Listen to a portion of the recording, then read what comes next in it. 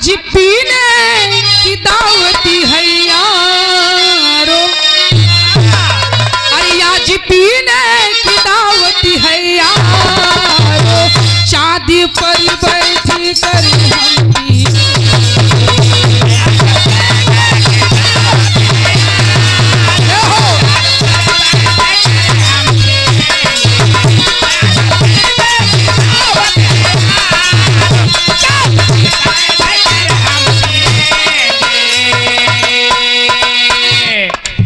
आज पीने की दावत है यारो, शादी पर बैठ कर हम पिएंगे। उनके जुल्फों की सायों में हाथ, उनके जुल्फों की साये में हाथ कर उम्र भर हम जिएंगे मरेंगे।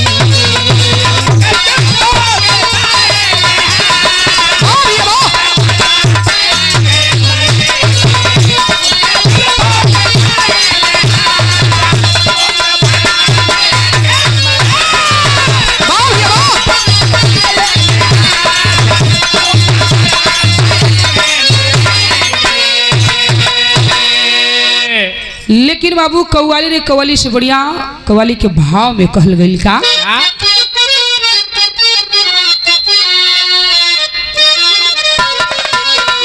सेज सैया पे होके मगन, सेज सैया पे होके मगन, लागे लक्ष्मण के दिल में लगा।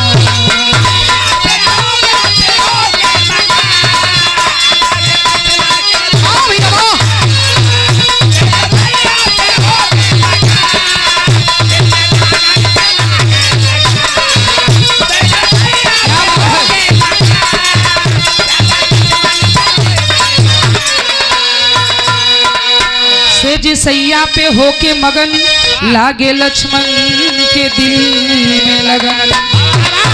प्यार से बंसी बजाए लखान, प्यार से बंसी बजाए लखान, सुन के बंसी के धुन को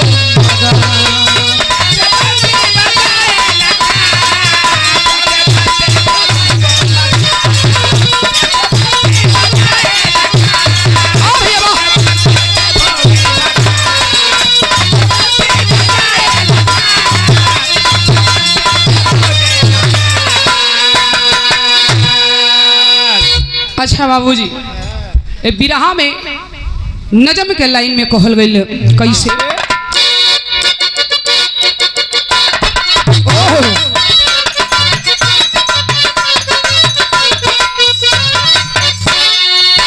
बजा के बंसी लखन से जपे सुत गईले हो, बजा के बंसी लखन से जपे सुत गईले हो, सुन के आवाज तीनों लोग गूंज गईले हो।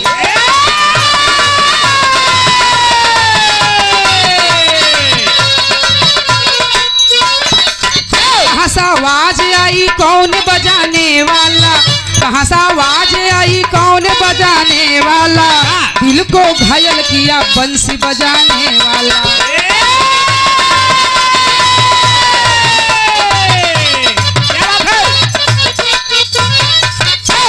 बंसी की आवाज सुन के मन चला घबराई है, बंसी का आवाज सुन के मन चला घबराई है, खोजते खोजते धरती पे वो आई है।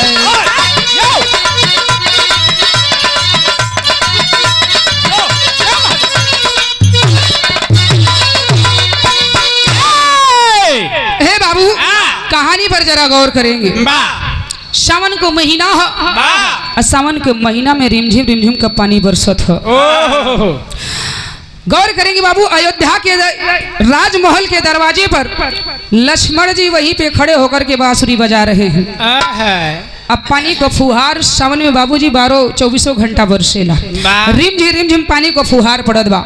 उस फुहार को देख कर लक्ष्मण जी मोहित हो जाते हैं। जब मोहित भइलन बांसुरी लिया के बाबूजी वही दरवाजे महल के दरवाजे पे खड़ा होकर लगलन बजावे।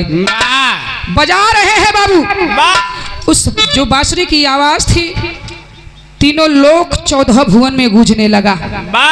ए भैया, तीनों लोग 14 भुवन में जब गूंजने लगा, गूंजते गूंजते जो बाबू इंद्रलोक की परी अप्सरा थी उसके पास आवाज जाता, उस आवाज को सुन करके बाबूजी बेचैन हो जाती है।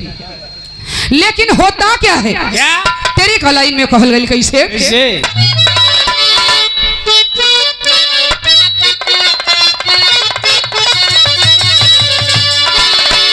अरे बसुरिया बसुरिया कौन देश में बजी, अरे बसुरिया कौन देश में बजी, बसुरिया कौन देश में बजी, बिरहिन तान सुना के ही में भरे करे। अरे बाबू, वो अप्सरा मंचला के कानों तक जब बांसुरी की आवाज सुनाई देता है, बेचैन होने लगी कि आवाज कहां से आ रहा है, ये बांसुरी बजाने वाला कौन है। और जब बांसुरी की आवाज इतनी सुंदर आ रही है तो बांसुरी बजाने वाला कितना सुंदर होगा। ए भैया, बांसुरी की आवाज को ढूंढने के लिए, खोजने के लिए बाबूजी चलती है स्वर्ग लोक से मृत लोक की तरफ। तब होता क्या है, छंद के लाइन में कहना पड़ा कैसे?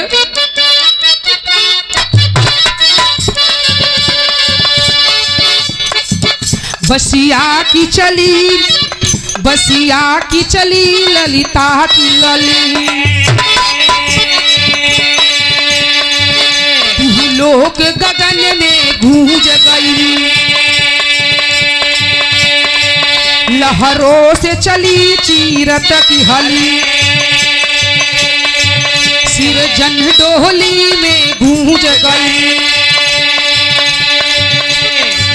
कैले कोमल अनमोल बोल, बसवा लोचन में भूल गई, परियों की छली हियरा में हल, परियों की छली हियरा में दल, मंचला पहुँच के भूल गई।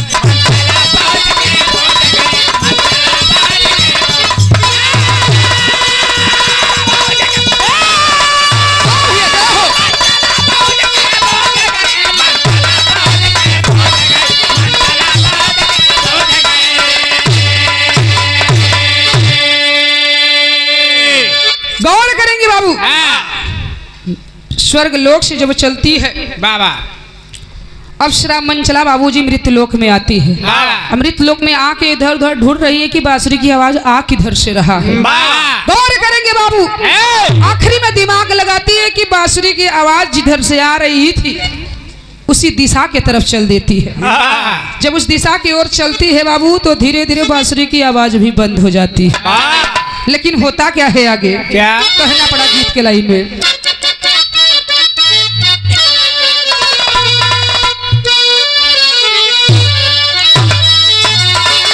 अरे गोरी गई पियावा के देश, अरे गोरी गई पियावा के देश, रोवे मन मीतवा,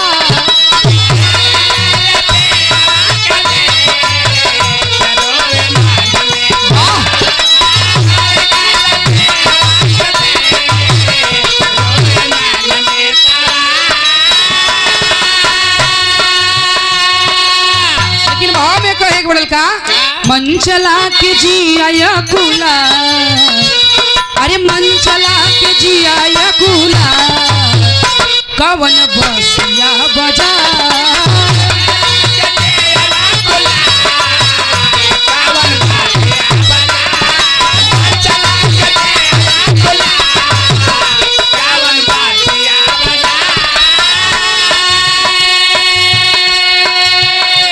गौर करेंगे बाबू,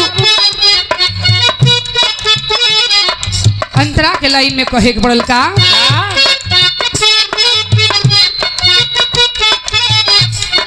बा भैया बा, क्या बात है मास्टर? बसिया के चोट हमर दिलवा पे लागत बा, कवन बतिया बसिया बजावत बा, जय हो।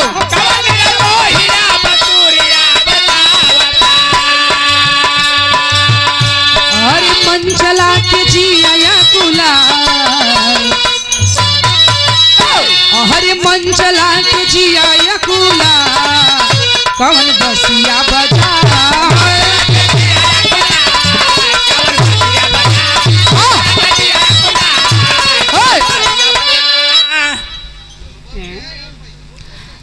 ये देखिए काहे को भैया हमारो दुकानदरिया तो नहीं चले दा लोगन, अगर आप ना देते हुए तो कम से कम बबुए जी का देवे दा।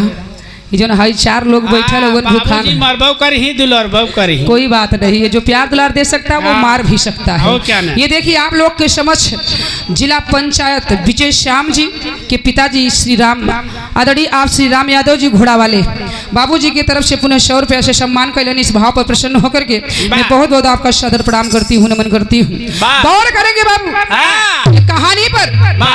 मंचला जब बांसुरी की आवाज बंद हो जाती है तो सोचने लगती है इस बांसुरी बजाने वाले को मैं ढूंढूं कैसे। अब बाबूजी घूम रही है, घूमते घूमते घूमते घूमते जाती कहाँ, अयोध्या नगर में पहुंच जाती है। अयोध्या नगर में जब पहुंचती है घूमने लगती है घर घर में कि कहाँ से आवाज आया, कौन बजा रहा है। बांसुरी की आवाज ढूंढ रही है किसने बजाया, कहाँ से आवाज आया। ए भैया घूमते घूमते मर्यादा पुरुषोत्तम श्री रामचंद्र के दरबार में पहुंच जाती है। आज जब पहुंचलेन बाबू तो करत कबाड़ी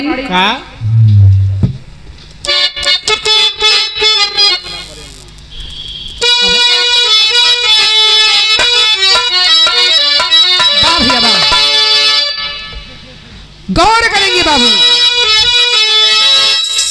गीत के उहे लाइन बा बड़ी ही सुंदर लाइन बा। कैसे ए भैया कौनो एक ही सुंदर मर्द है जो ना का ड्यूटी लागल बा। कहाँ हो? लड़की और लड़का से एक दूसरे से बेपनाह मोहब्बत करत रहे। बेपनाह मोहब्बत। ए बाबू मोहब्बत के लेकिन संजोग भगवान की दया से देखी लड़का की ड्यूटी वही जा लागल जहाँ लड़की को घर रहे। जो ने लड़की से प्रेम करत रहे वही लड़किया के बगल में ओकर ड्यूटी लाग गई।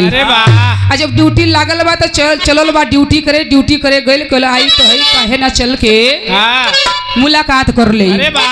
जब लड़की के नजर उ लड़का के ऊपर पड़ल हो तो लगली 4 पाई उपाई बिछौलस। अब छोले पानी उनी मीठा उठा लिया के लगल पियावे। अब पानी उनी पियला के बाद लड़का सोचलस कि अब चली मुलाकात हो गई, ड्यूटी के समय हो गई बा। ए भैया जब चले के कोशिश कैलन बाबूजी लड़किया हथियारवा को पकड़ लेलस। अरे हथियारवा के हाँ हो कर बंदूकिया। ए भैया पुलिस के भी नौकरी लागल रहलो कर हथियार जब पकड़े कलस की का भइल का बात है। हे बाबू कलन के ड्यूटी पे ज्यादा ड्यूटी को समय हो गई है। लड़किया कलस की सुना ड्यूटी पर तो जइबे करबा, हमारे एगो बात सुना। पहले का बा कैसे कह दिया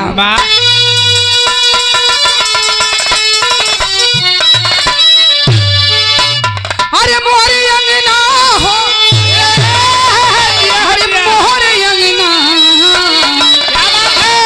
अरे मोरे अंगना हो मोरे अंगना डेरवा डाल दे राजा मोर आंगन।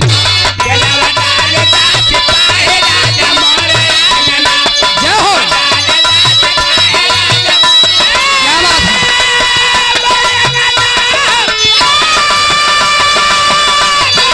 वाह भैया वाह क्या बात है।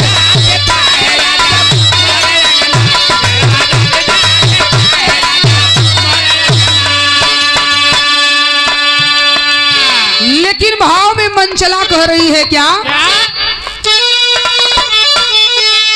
अरे बोली मंचला हो बोली मंचला अरे बोली मंचला हो अरे बोली मंचला तानी जाग हो पपी हरा भोर भर।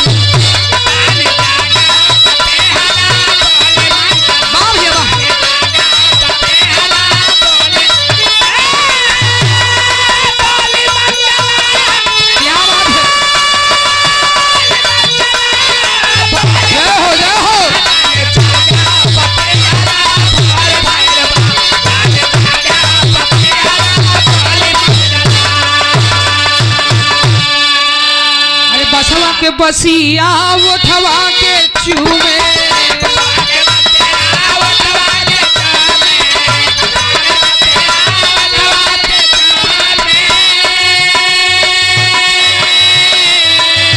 रतिया के निदिया अखिया में झूमे।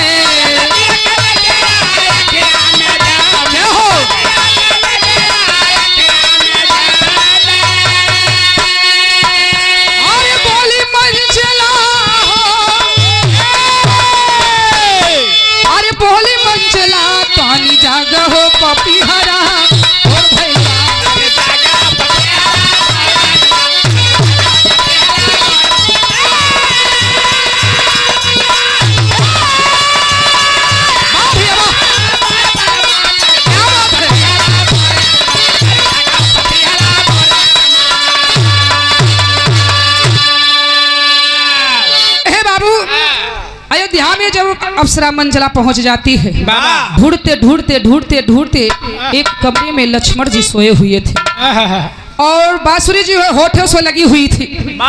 नजर उस अप्सरा मंचला का पड़ जाता है। जब देखती है बाबू, नजर पड़ता तो दिमाग में रख लेती है कि बांसुरी बजाने वाला शख्स यही है। मोहित हो जाती है, जगाने की कोशिश करती है। 2-4 बार बाबूजी कोशिश कैली लेकिन नहीं जगते हैं। बताया जाता है बाबू, हिंदू धर्म का रीति रिवाज होता है कि सोते हुए इंसान को जगाना नहीं चाहिए। ए भैया, लाख जगले बड़ा कोशिश कैलीन, एकरे बात सोचलिन कि ऐसे जगाइब गुनाह बा। शौक श्रृंगार कैलीन, श्रृंगार कैले के बाद लगलिन लक्ष्मण जी के जगावे। जब जगावे लगलिन है बाबू, देखिए सोरहो श्रृंगार कैले के लक्ष्मण जी नहीं जगते हैं। जब नहीं जगते हैं तो क्रोध में हो जाती है। क्रोध में जब होली न बाबूजी तो कैलीन है अपन 16 श्रृंगार निकलिन और वही लक्ष्मण जी के सेज पर फेंक के पुनः वापस इंद्रलोक चली जाती है। जब इंद्रलोक गईलीन, कुछ देर के बाद सीता जी सोचलीन कि लक्ष्मण जी के मैडम जी ना हैं, चल के तनी कमरा उमरा बाहर दे। ए भैया, जब कमरा बहारे गईलीन, 16 श्रृंगार देखलिन। जब 16 श्रृंगार देखलिन बाबूजी, तो मन में शंका पैदा हो गई। बाप रे बाप, लक्ष्मण जी को इतना मैं विश्वास किया करती थी, लेकिन कोनो ना कोनो मेहरारू जरूर पटाए हैं। उम्र 55 दिल 55। बाहर भैया, ए बाबू, तुरंत जो है शंका में होती है, दिल दिमाग में बैठ जाता है कि कोई ना कोनो औरत जरूर आई रही। लेकिन ए भैया, बिरहा में विदेशिया के भाव में कहे के पड़ल कैसे,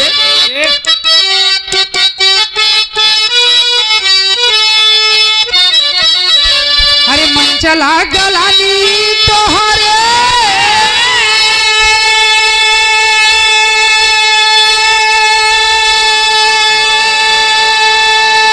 अरे मन के गलानी बाबू,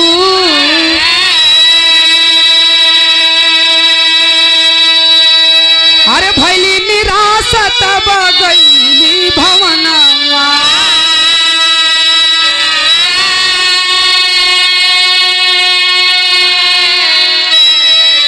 सूरज के ज्योतिया धरतिया पर बिछाए लागल, झूम झूम पछियन गावे लागल गाना।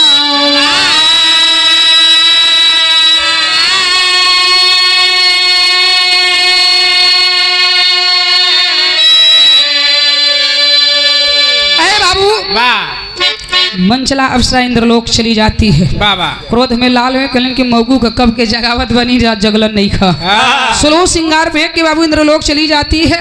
अब सीता मैया आंगन बाहर सोचलिन कि लक्ष्मण के कमरा बाहर दे। अब बाहर गलिन तो 16 श्रृंगार देख के उन्हों का माथा खराब हो गई। ए भैया, लेकिन होता क्या है, क्या आगे तर्ज के लाइन में कहना बा,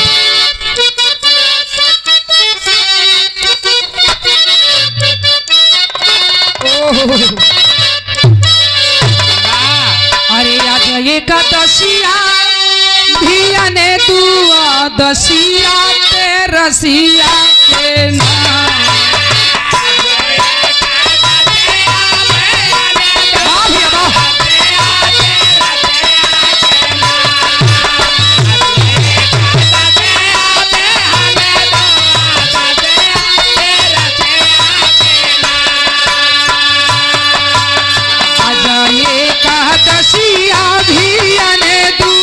रसिया ते रसिया के होते रसिया के सैया मंगेला गवनवा ते रसिया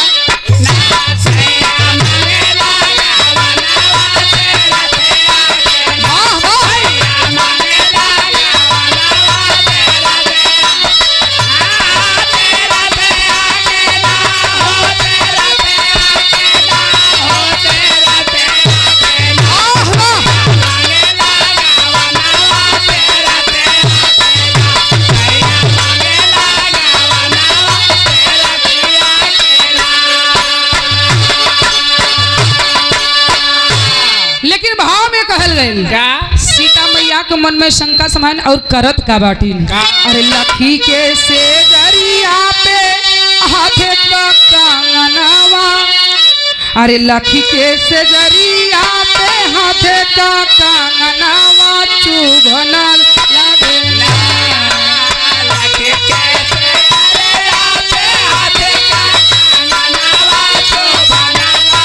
वाह भैया वाह।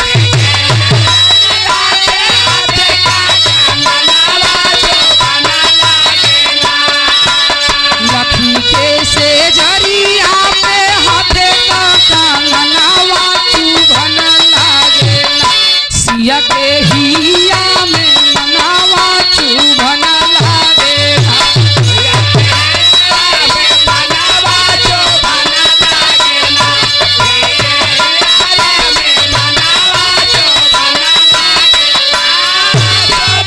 वाह भैया वाह।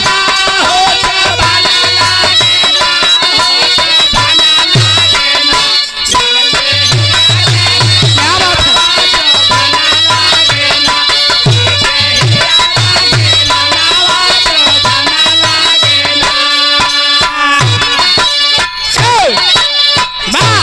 ए बाबू हाँ। सीता जी उस 16 श्रृंगार में से दूगो कंगन उठा ले ली वाह और दोनों कंगन उठा के लगले होके बकायदे से निहारत है कि कंगन केकर ह कौन मेहरारू आई रही हो सकत हो के जाने हमारे परिचय के कोनो मेहरारू हुई अगर ध्यान से कंगन देखब तो केहू ना केहू नजर में अइबे करी वाह ए भैया अब देखी तिकवत है निहारत है कहलिन कि बाहर लक्ष्मण वाह तोहरा ऊपर ना जो हमार भरोसा रहल कि तू ऐसा ना हुआ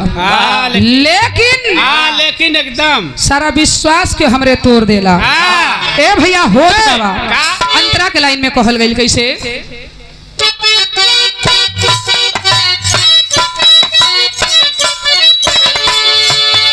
धर्म का नमावा तू जगह से कटवाला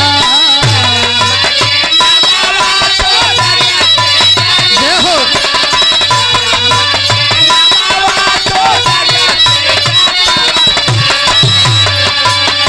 सीता मैया लक्ष्मण जी को कह रही है रघु खाना दनावा के दगिया लागवाला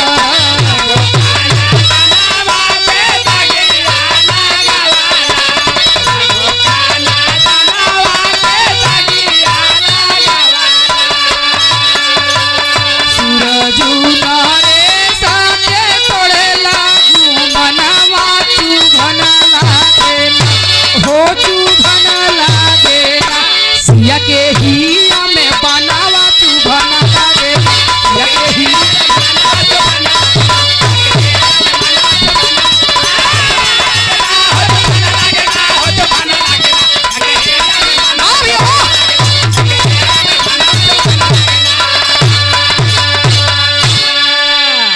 अहे बाबू अब देखिए दोनों कंगन जब सीता मैया उठौलीन तो लेके गईलीन कहवा प्रभु श्री रामचंद्र के पास प्रभु श्री रामचंद्र के पास ले जाके दोनों कंगना उठा के फेंक देली हाई ला अपने हल अपने भाई का करतूत देखा अपने भाई करतूत देख ले हाई ला हाई देखा अपने भाई का करतूत देखा प्रभु श्री रामचंद्र सीता जी को पैर से लेके सर तक निहार रहे हैं कि कैसी बात कर रही हो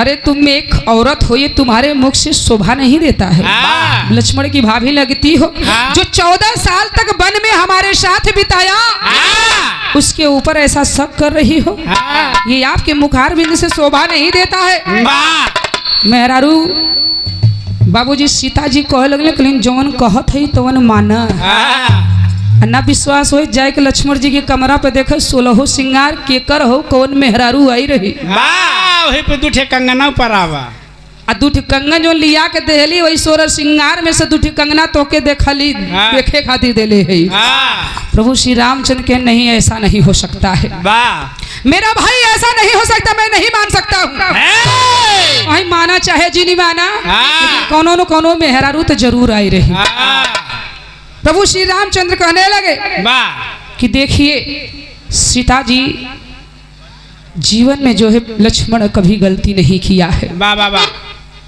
और अगर आपको शंका है तो बताइए आपका शंका का समाधान कैसे होगा। शंका का समाधान के विषय में पूछे लगलन। तब देखी होत का बा पहपट के लाइन में कहना बा।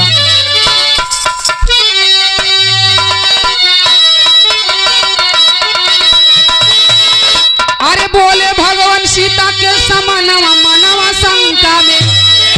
अरे बोले भगवान सीता के समानवा मनवा शंका में। प्रीत रीत वह क्या जाने बलवनवा मनवा शंका में।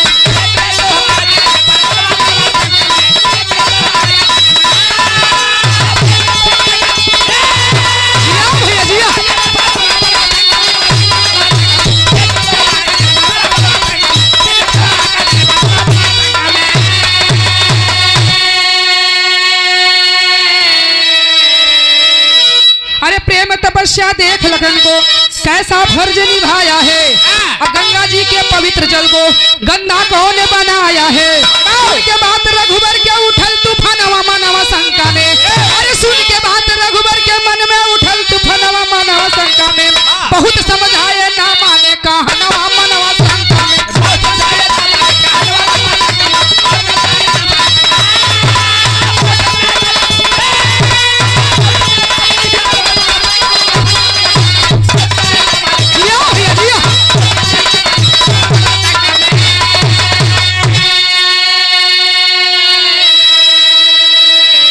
ये देखिए कमेटी की तरफ से भैया जी की तरफ से बहुत ही सम्मान, इस भाव पर प्रसन्न होकर 100 रुपये का सम्मान कलन।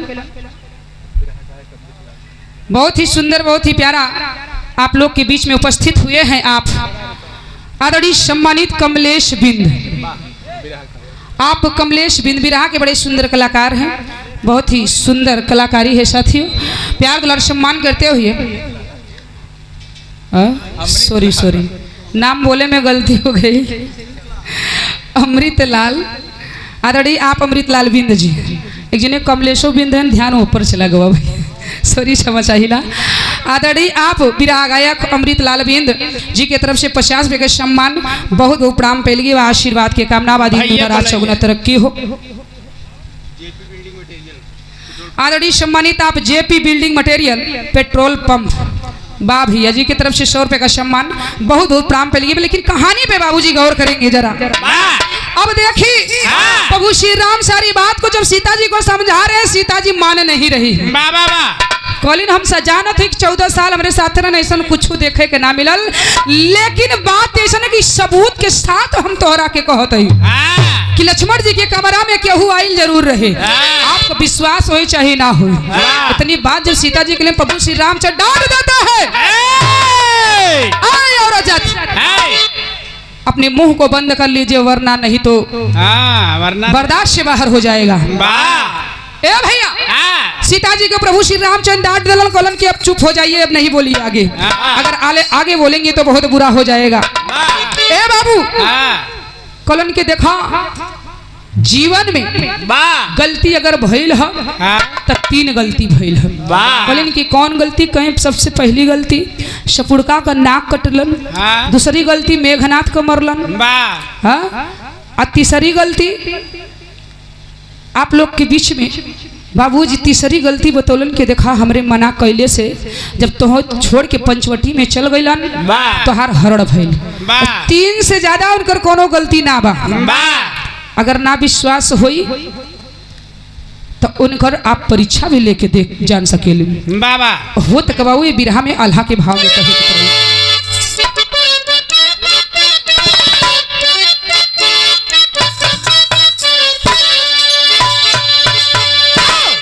एक बात एक भूलता त पंच वटिया में पहले भैया।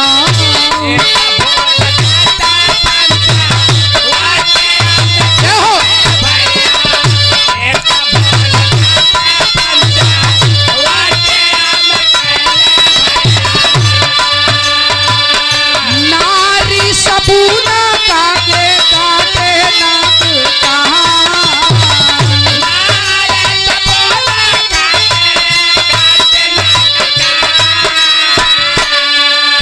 कवन बतिया हम तो से बताई रनिया।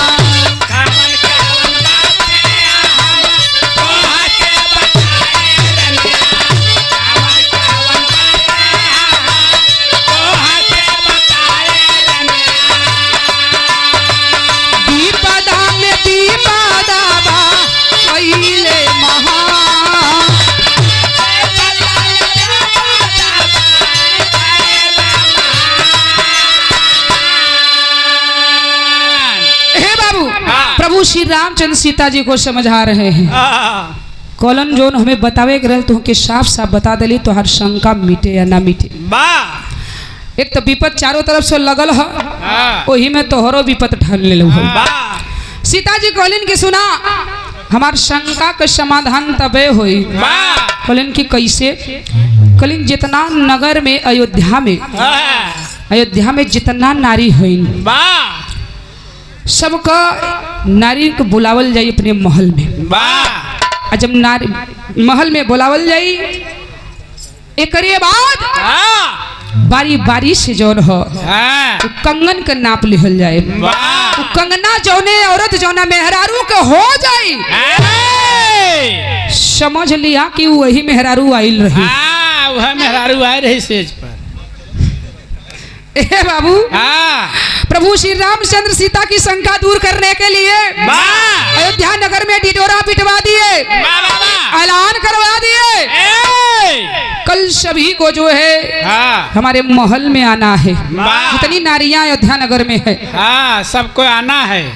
ए बाबू वही कहले के अनुसार प्रभु श्री राम के ऐलान करले के अनुसार लोग भियान भी रात बीतल दिन भयल पूरी नारी अयोध्या के इकट्ठा हो गईलिन। जब इकट्ठा हो गईलिन बाबूजी तो होत का भाई आगे कहे के पड़ल हो।